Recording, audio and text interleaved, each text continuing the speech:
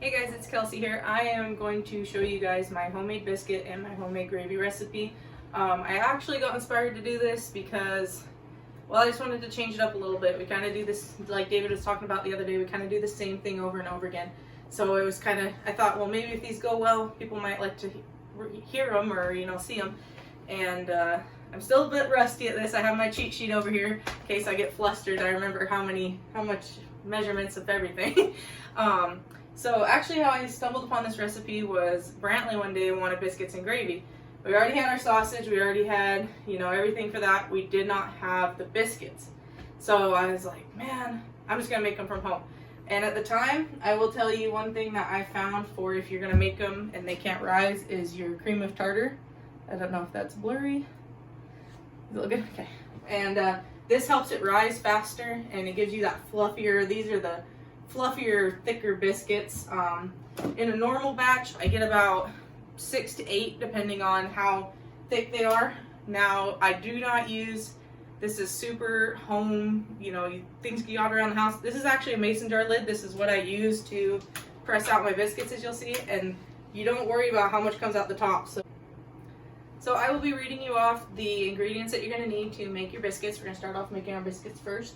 I am doing a double batch requested by David, but I will be reading you off the ingredients for a single batch. Mind you, a single batch is about 6 to 8 biscuits, so a double batch is about 12 to 16 biscuits. So in a single batch, we have 3 cups of all-purpose flour, 3 tablespoons of sugar, a half a teaspoon of salt, a 1 tablespoon of baking powder, 1 teaspoon of cream of tartar, and a cup of chilled butter. You're going to slice that, which I will show you that. You're going to slice it into chunks and put it in there. And then 1 large beaten egg and 1 1/4 cups of butter. You're going to cook these biscuits on 375, which I have my oven preheating for. And it's about 15 to 20 minutes if I remember correctly. So we're going to get started on that. Alright, I think I got everything here. So we have our flour. And you're going to put in your dry ingredients first and mix them around. I don't have to break an egg today. Okay, so once you put your dry ingredients in there, you're going to want to whisk it around, obviously, to mix it through. Next, you're going to want to chop your butter into thin slices. Okay, so once you've thinly sliced your butter to about like that, or a little smaller, you add them into your bowl. This butter is pretty rich. Now you're going to pick it up and you're going to smush it between your fingers until it makes about pea-sized droplets throughout the butter, or throughout the flour, excuse me. So you're going to smush it all until you get like rounder pea-sized pieces through your flour. Okay, so after you have smashed around your butter, it should look like that. You can see there's bigger pieces, smaller pieces, a good variety to it, which is awesome because you'll get different amounts of butter in each bite, which will be nice. So now we're going to add our wet ingredients, which is our egg. And then we're going to add in our buttermilk. Now I add this in slowly because sometimes it just reacts differently and you don't want too much because you can always add more, but you cannot take that milk back. And then you're going to go around your bowl and mix it all together. I use a rubbery spatula so that it just doesn't stick to it as bad.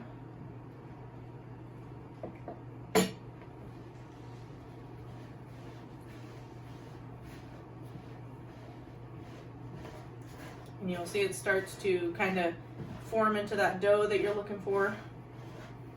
And what you don't use for your biscuits, for your buttermilk, you will be using it in your gravy. So if you pour a little bit too much or for some reason it gets more liquidy faster than you thought, that is perfectly fine because you can use the leftover in your gravy afterwards. And you should see that it starts to pick it up all around the bowl. These dry leftovers on the side and such, it will pick it up as well.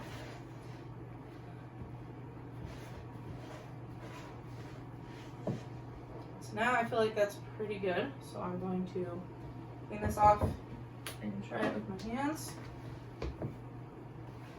And try and form a dough ball. And if for some reason it's really sticky, like how this is acting, you can always, sometimes the butter will make it act like that.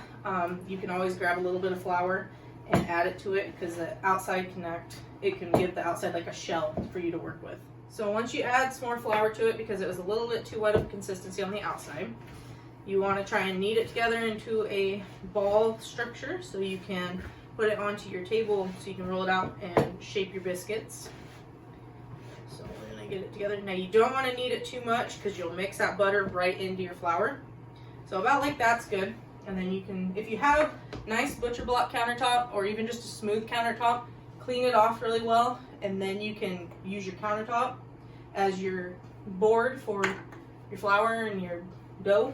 That's really nice, I found. The only thing is you have to clean up afterwards, but that's not really too bad if you have a scrub brush, or like I have an oven scrubber for the oven over there. Okay, so the awesome part about this biscuit recipe is after you put your flour and such underneath of it, you are free to, I use my hands to smash it out, because you don't want it super thin. See how thick that is? That's already going to be a thick, nice biscuit. And you just flatten it out like so. And you take your mason jar lid. That's all this is. I mean, you could even use a jar, a vase, whatever you need. You could use it. A cup.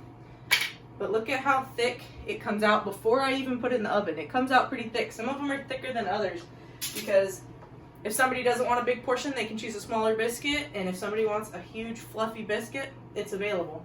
So you're going to go through and you're going to cut your biscuits out. I'll put them all over here, and then I'll put them on the cookie sheet so you guys can see that. Again, to reiterate, just use your hands to flatten it out. It's so much simpler, and when you're in a pinch of trying to get this done super fast so you can feed kids or get on the road, it makes it so much easier. Just cut them out and you're ready to go. And like I said, it doesn't matter. You can have a little skinnier biscuit or you can have a real thick one. It's completely up to you or how your family likes them. I make smaller ones so the kids can have fruit and stuff with their breakfast, and or other side items with their food, so it makes it nice for different people and how much they want to eat as well. So I will get back to cutting all these out and getting them laid out on the sheet, and we'll show you them, and we will get these bad boys in the oven. Okay, now we have our biscuits on the pan. We're going to put them in the oven, 375 for 15 to 20 minutes, or until they are golden brown. So we're going to put these guys in.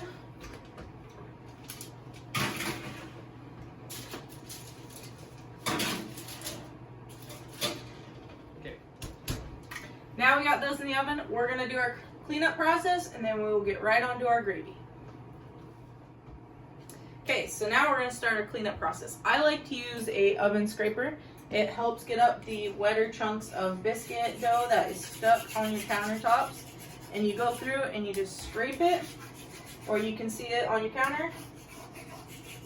And then you go back through with a wet rag and wipe it up.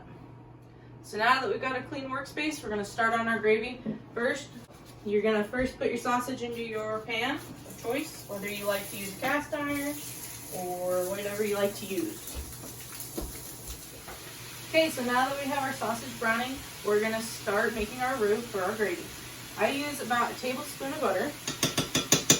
You can use bacon grease or sausage grease if you would like. And you're going to let that melt down for a while, moving it around the pan and such. So now that our butter is melted down, we're going to add a little bit of flour to our roux. You just add, I'd say about a tablespoon, excuse me. And then you're going to mix it around into your melted butter until you have what looks like a paste or like a Play-Doh consistency. Then you're going to add your buttermilk. Now that we have our roux to the consistency that we would like, we're going to add our buttermilk. I add about a cup of buttermilk, and then you're going to take a whisk and mix it around to where your paste is mixed into your milk. So I did forget that I am making a double batch, so I do have to add more buttermilk to our gravy. I forgot to tell you guys, I did melt my butter on low. So now I did crank up the heat to about a medium-high level, and you're going to slowly start adding flour. If you like a thicker gravy, obviously add more flour. And if you like a thinner gravy, obviously do not add as much flour. And we're going to get that to a semi-boil so that your flour can dissolve nicely into your gravy mix. Now I do like to add black pepper to my gravy and a little bit of salt to give it some taste. Our family loves black pepper, and so we do like to have some in our food. To taste, obviously, so if your family is not a huge fan of it or you don't want that much in your gravy, that's perfectly fine. And then I add a little bit of salt. And I will taste this as we go on to see if I need to add either of those, more of either of those. And I just keep stirring it so it doesn't get stuck to the bottom of your pan, and it will start to thicken up, and then you can see if you need to add more milk or flour. Once your gravy is to the consistency you like, turn it down on low and begin to put your sausage into the gravy. Leave the grease from the sausage in, it adds flavor to this, unless you do not want the sausage taste. So we just pulled the biscuits out of the oven, and I got about 13. Mind you, these are thicker biscuits, so I did get a little bit less than normal. But now we're gonna pour our gravy over the top, and it'll be time to eat.